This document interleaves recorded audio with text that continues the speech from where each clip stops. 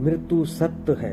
एक श्यामलाल नाम युवक था। स्वभाव का बड़ा ही शांत एवं सुविचारी वाला व्यक्ति था। उसका छोटा सा परिवार था जिसमें उसके माता पिता पत्नी एवं 2 बच्चे थे। सभी से वो बेहद प्यार करता था। उसके अलावा वो हरि भक्त भी था और सभी पर दया भाव रखता था। जरूरतमंद की सेवा करता था, किसी को दुख नहीं देता था। उसकी इन्हीं गुणों के कारण श्री हरि उससे बहुत प्रसन्न थे और सदैव उसका साथ रहते थे। और श्यामलाल अपने हरि को भी देख सकता था और उनसे बातें भी करता था। उसके बावजूद उसने कभी ईश्वर से कुछ नहीं मांगा। वो बहुत खुश रहता था क्योंकि ईश्वर हमेशा उसके साथ रहते थे, उसे मार्गदर्शन देते थे।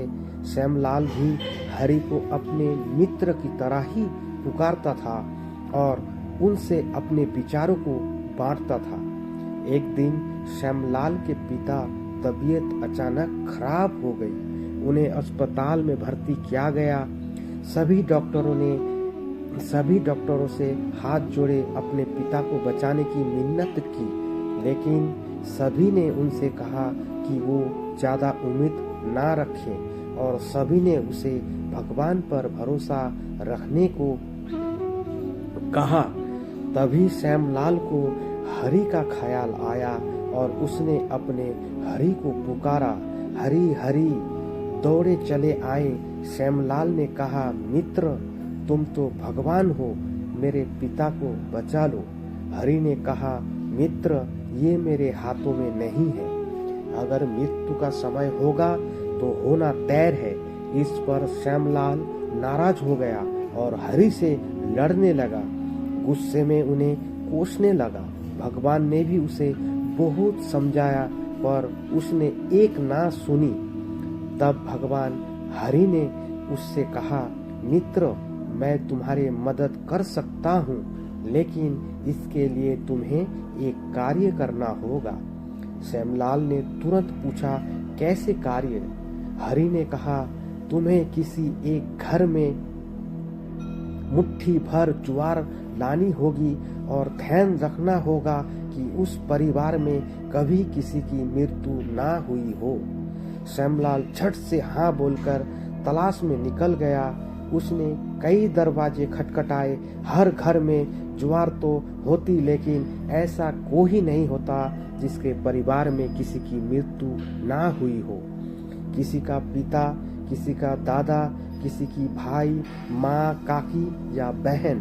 2 दिन तक भटकने के बाद भी श्यामलाल को ऐसा एक भी घर नहीं मिला। तब उसे इस बात का एहसास हुआ कि मृत्यु एक अटल सत्य है। इसका सामना खुद को करना होता है। इससे कोई नहीं भाग सकता।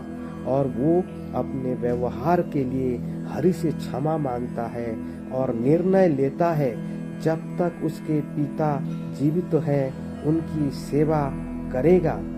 थोड़े दिनों बाद श्यामलाल के पिता स्वर्ग सिधार जाते हैं। उसे दुख तो होता है, लेकिन ईश्वर की दी उस सीख के कारण उसका मन शांत रहता है। दोस्तों, इसी प्रकार हम सभी को इस सच को स्वीकार करना चाहिए कि मृत्यु एक अटल सत्य है। उसे नकारना मूर्खता है। दुख होता है, लेकिन उसमें फंस जाना गलत है, क्योंकि केवल आप ही उस दुख से पीड़ित नहीं है, अपितु संपूर्ण मानव जाति उस दुख से रूबरू होती ही है। ऐसे सच को स्वीकार कर आगे बढ़ना ही जीवन है। कई बार हम अपने किसी खास के चले जाने से इतना बेबस हो जाते हैं कि सामने खड़ा जीवन और उससे जुड़े लोग हमें दिखाई नहीं पड़ते। ऐसे अंधकार से निकलना मुश्किल हो जाता है। जो मनुष्य मृत्यु के सत्य को स्वीकार कर लेता है, उसका जीवन भर विहीन हो जाता है और उसे कभी कोई कष्ट तोड़ नहीं सकता। वो जीवन के हर क्षेत्र में आगे बढ़ जाता है। आज की कहानी को यहीं समाप्त करते हैं। अगर कहानी अच्छा लगा तो लाइक, शेयर एंड सब्सक्राइब।